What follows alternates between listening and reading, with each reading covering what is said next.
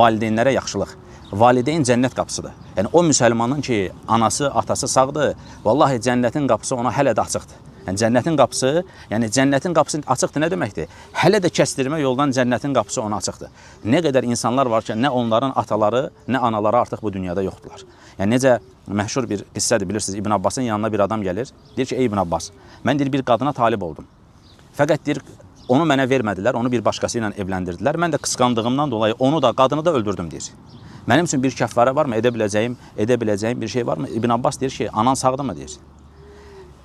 Qissəni burada saxlayıram. Yanında olan sahabələrdən bəziləri o adam getdikdən sonra deyirlər ki, İbn Abbas, niyə adamın anasının sağ olduğunu soruşdun?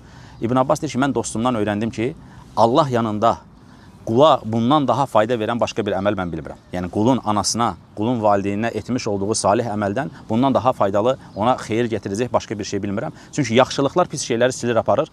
Yaxşılıqların başında gələn ən böyük yaxşılıq qulun atasına və anasına yaxşı olmasıdır.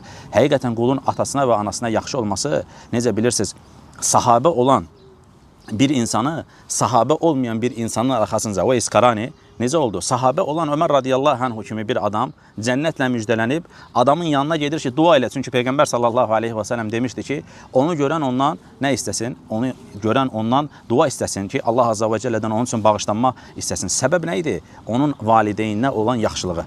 Demək ki, valideynə edilən yaxşılıq bəsit bir yaxşılıq deyil. Necə bəsit ola bilər ki, Allah Qur'anda tövhidlə bərabər Allah azza və cəllə valideynin haqqını zikr eləyir. Yəni belə böyük bir əməl var. Yəni mən nə böyük bir əməl axtara bilərəm ki, yəni Ramazanda bağışlanmağım üçün, Ramazanda xeyrə çatmağım üçün. Yəni Ramazanı niyə xüsusi olaraq qeyd edirəm? Zaten insan bir ömür valideynə yaxşılıq etməlidir. Xüsusən Allahın rəhmətini istəyirsə, Allah azza və cəllənin rəhmətini cəlb etmək istəyirsə, bundan daha yaxşı, bundan daha böyük bir fürsət insan üçün əmin ol ki, ola bilməz.